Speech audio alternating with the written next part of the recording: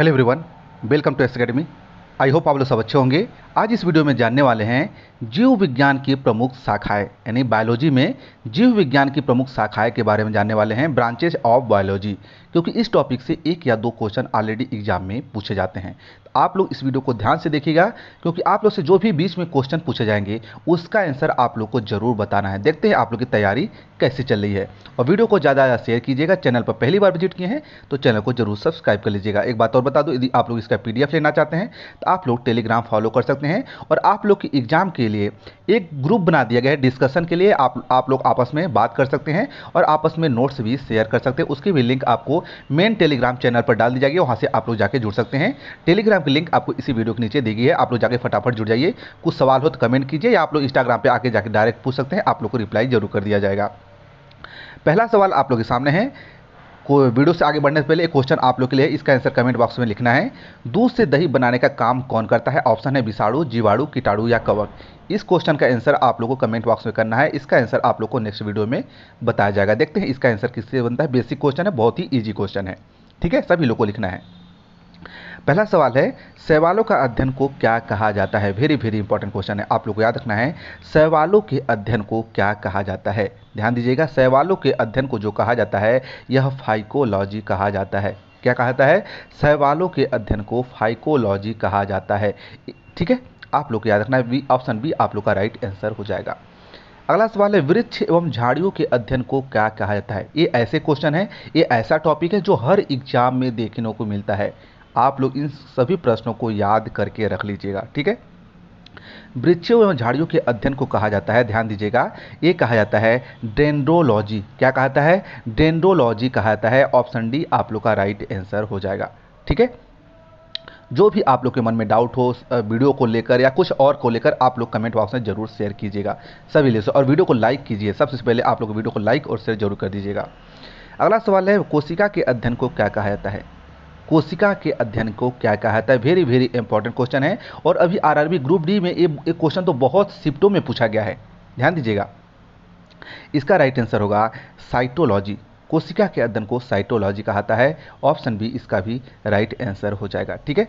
चलिए अगला सवाल लेते हैं, विषाणुओं के अध्ययन को क्या कहा जाता है? विषाणुओं के अध्ययन को ध्यान दीजिएगा, ये कहा जाता है आप लोग का वायरोलॉजी। क्या कहता है? वायरोलॉजी कहा जाता है। विषाणुओं के अध्ययन को वायरोलॉजी कहा जाता है। ऑप्शन ए आप लोग का राइट आंसर हो जाएगा।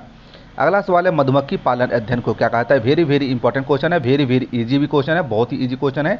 आई होप सभी लोग से बनना चाहिए, यानी जो भी इस टॉपिक को पढ़ा होगा तो ये कभी नहीं भूलता।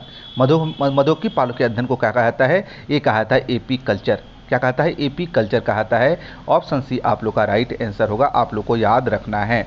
अगला सवाल लेते हैं, फलों के अध्ययन को क्या कहा जाता है? फलों के अध्ययन को ऑप्शन सी यानी पोमोलॉजी कहा जाता है। क्या कहता है? ऑप्शन सी आप लोग का राइट आंसर हो जाएगा। फलों के अध्ययन को क्या कहा जाता है? पोमोलॉजी कहा जाता है।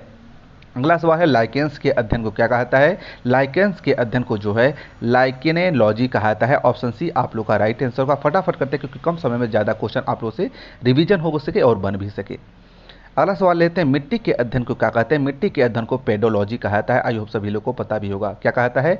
पेडोलॉजी मिट्टी के अध्ययन को कहा जाता है। अगला सवाल है, रक्त अध्ययन को क्या कहा जाता है? रक्त अध्ययन को क्या कहा जाता है? रक्त अध्ययन को हीमेटोलॉजी, क्या हेमेटोलॉजी कहा जाता है। ऑप्शन बी आप लोग का राइट आंसर होगा, ठीक है। हेमेटोलॉजी जो है रक्त यानी ब्लड के अध्ययन को कहा जाता है। अगला सवाल है, घासों के अध्ययन को कहा क्या आता है? बहुत कम लोगों से इसका क्वेश्चन बनता है। घासों के अध्ययन को जो है एग्रेस्टोलॉजी कहता है। क्या कहता है? एग्रेस्टोलॉजी कहता है। ऑप्शन ए आप लोग का राइट आंसर हो जाएगा, ठीक है, ध्यान दीजिएगा।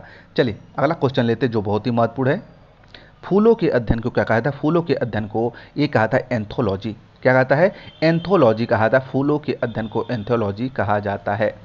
अगला सवाल है, कैंसर और ट्यूमर के अध्ययन को क्या कहा जाता है? ये कहा जाता है ऑन्कोलॉजी, ठीक है। आप लोग वीडियो को ध्यान से देखिए, एक क्वेश्चन भी आप लोग से लास्ट पूछेंगे इसी वीडियो से रिलेटेड, जो आप लोग से बनना चाहिए। अगला सवाल है, रेशम कीट पालन के अध्ययन को क्या कहते हैं? रेशम कीट पालन अध्ययन को जो कहते हैं ये सेरीकल्चर कहा था। क्या कहता है? सेरीकल्चर कहा जाता है। वेरी वेरी इंपॉर्टेंट क्वेश्चन है।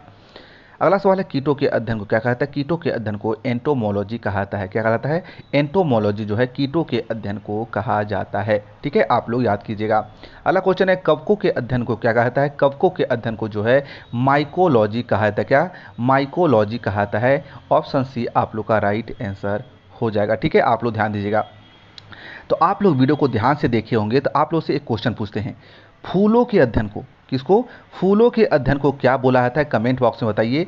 और मिट्टी के अध्ययन को किसको? मिट्टी के अध्ययन। दो क्वेश्चन है आप लोगों के सामने। पहला क्वेश्चन है फूलों के अध्ययन को क्या बोला जाता है, सेकंड क्वेश्चन है मिट्टी के अध्ययन को क्या बोला जाता है। इसका दोनों का आंसर आप लोगों को कमेंट बॉक्स से बताना है। तो ये रहे कुछ इंपॉर्टेंट क्वेश्चन जो आप लोग एग्जाम में बार बार पूछे जाते हैं। जिस टॉपिक पर आप लोग क्वेश्चन चाहिए वो भी आप लोग कमेंट करके बता सकते हैं, आप लोग को प्रोवाइड करवाने की कोशिश जरूर की जाएगी। ठीक है, चलिए मिलते हैं नेक्स्ट वीडियो में। धन्यवाद।